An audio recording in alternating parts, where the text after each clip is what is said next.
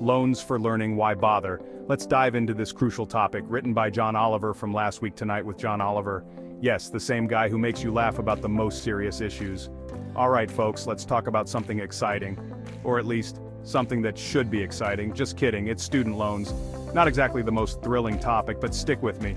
Not exactly a laugh riot, I know, but it's something we all need to understand. But listen up, because if you're thinking about higher education, you gotta understand these things. It's crucial for your future. Education loans are like that weird friend who helps you move, essential, but kind of painful.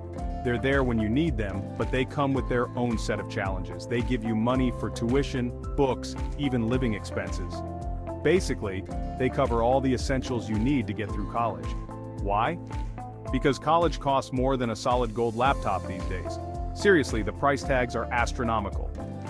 Without loans, many people wouldn't be able to afford the education they need for a decent job. It's a lifeline for many students.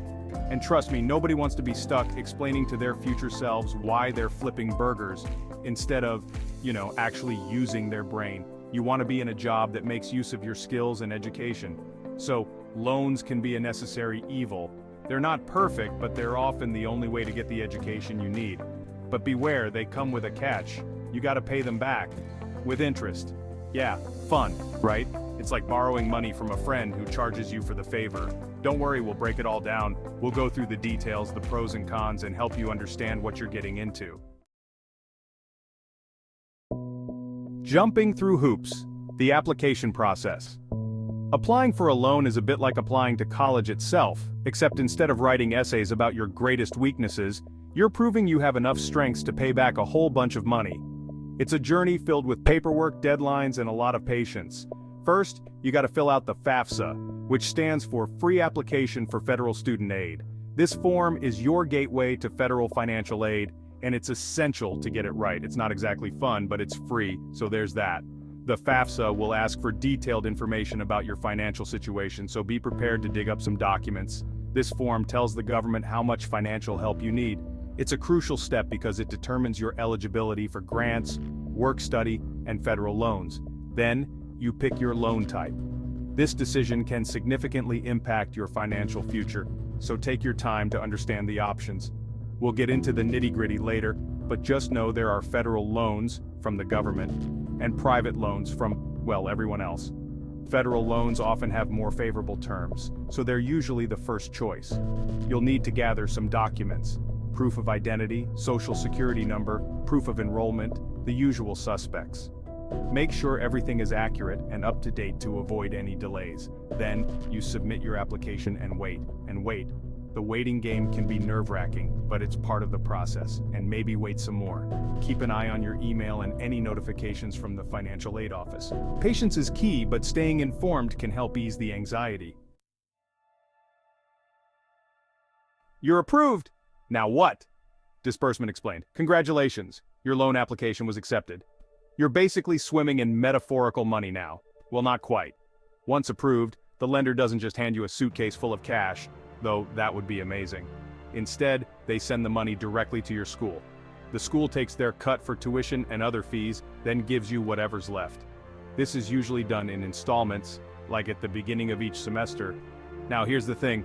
That money isn't for beer pong tournaments and spring break trips to Cabo. It's for education-related expenses. Boring stuff like books, rent, and ramen noodles. Payback time, navigating repayment. Remember that whole paying back with interest thing? Yeah, that's this section. Fun times. Most loans have a grace period after you graduate, leave school, or drop below half-time enrollment. This means you get a few months to find a job and cry into your coffee about all the money you owe before the payments actually start. Once the grace period ends, it's go time. You'll have to start making regular payments to chip away at that loan balance. The amount and frequency of these payments depend on the type of loan, the amount you borrowed, and the repayment plan you choose. Speaking of repayment plans, there are a bunch of options. Some let you make smaller payments for a longer time, while others require larger payments over a shorter period. The interest beast, understanding how it works. Interest is like that friend who always eats your snacks. It just keeps taking and taking. It's the price you pay for borrowing money, and it's calculated as a percentage of your outstanding loan balance. There are two main types of interest rates, fixed and variable. Fixed rates stay the same throughout the life of your loan, like that one friend who never wants to try anything new. Variable rates, on the other hand, can change over time, like my attention span during this segment. Generally, federal loans have lower interest rates than private loans. They also offer more flexible repayment options, which is a nice perk, but more on that later. The dreaded default consequences and how to avoid them. Defaulting on your loans is like forgetting your anniversary. It has serious consequences. If you don't make your payments on time, you could damage your credit score, making it harder to rent an apartment, buy a car, or even get a job.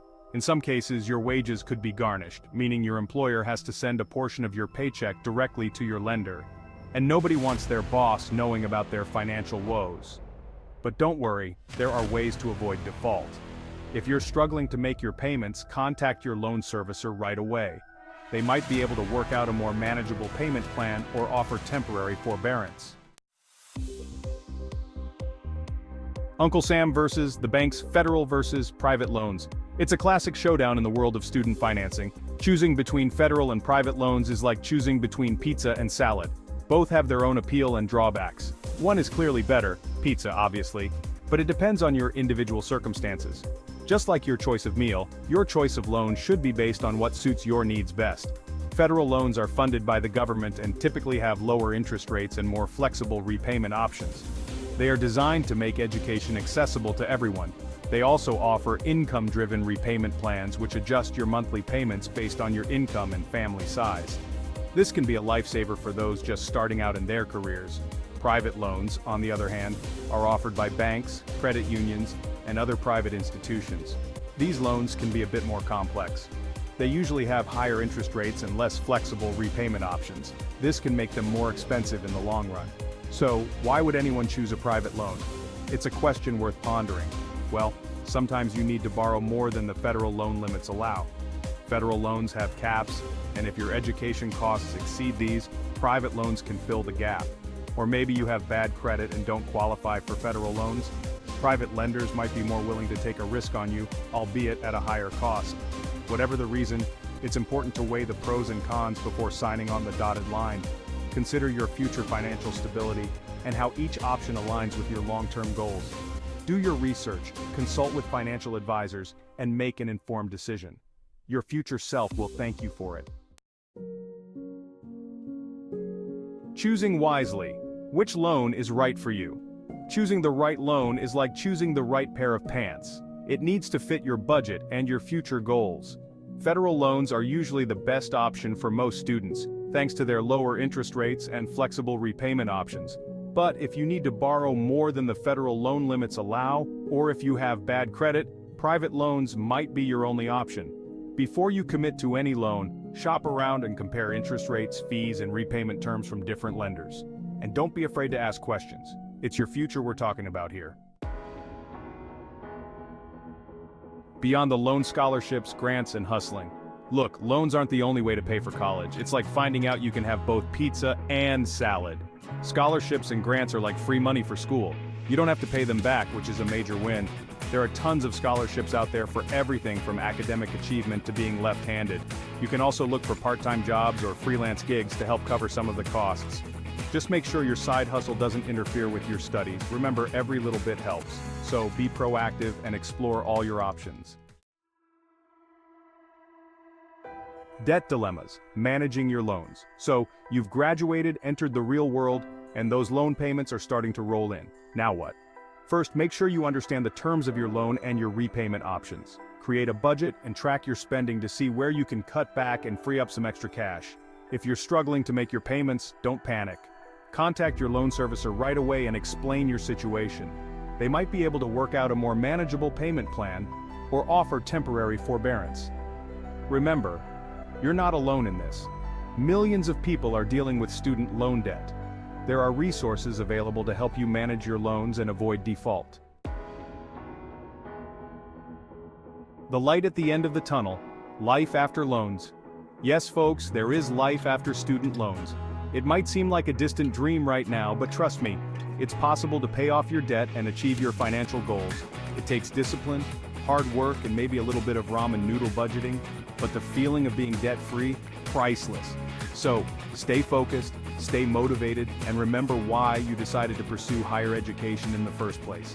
You've got this.